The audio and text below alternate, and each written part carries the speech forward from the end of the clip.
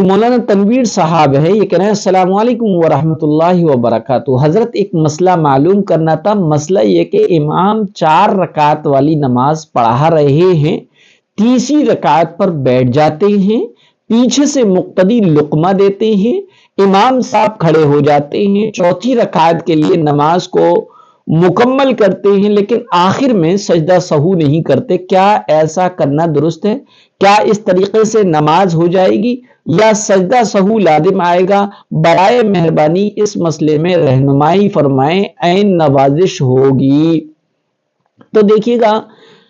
جو صورت انہوں نے بتائی ہے، اس صورت میں اگر تیسری رکعت میں امام اتنی دیر بیٹھا رہا جتنی دیر میں 3 مرتبہ سبحان اللہ درمیانی رفتار سے، درمیانی اسپیڈ سے سبحان اللہ سبحان اللہ سبحان اللہ کہا جا سکے، تو ایسی صورت میں آخر میں آخری نماز میں امام کو سجدہ سہو کرنا واجب ہوگا، اور اگر سجدہ سہو نہیں کیا تو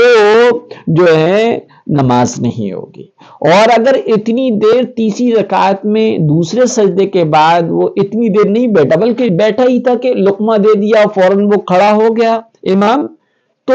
ایسی صورت میں سجدہ سہو واجب نہیں ہوگا۔ اگر بیٹھتے ہی مقتدی نے لقمہ امام کو دے دیا، تیسری رکعت میں امام بیٹھا اور امام بیٹھا ہی تھا کہ مقتدیوں نے لقمہ دے دیا اور فوراً امام صاحب کھڑے ہو گئے کہ 3 مرتبہ سبحان اللہ کی مقدار بھی تاخیر نہیں ہوئی تھی، تو سجدہ سہو واجب نہیں ہوا تھا، اس لیے بغیر سجدہ سہو کے لیے نماز درست ہو گئی۔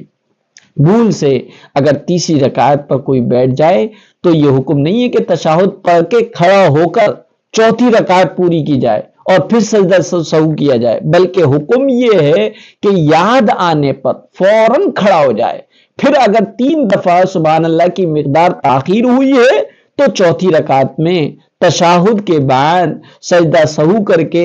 نماز پوری کرے۔ اگر اس سے کم تاخیر ہوئی ہو تو فوراً کھڑے ہو جائے اور بغیر سجدہ سہو نماز پوری کر لے، چاہے مقتدی ہی نے لقمہ ہی کیوں دیا ہو۔ بعض لوگ سمجھتے ہیں کہ مقتدی لقمہ دے دیں تو اب تو سجدہ سہو واجب ہو جاتا، حالانکہ ایسا کچھ نہیں ہے۔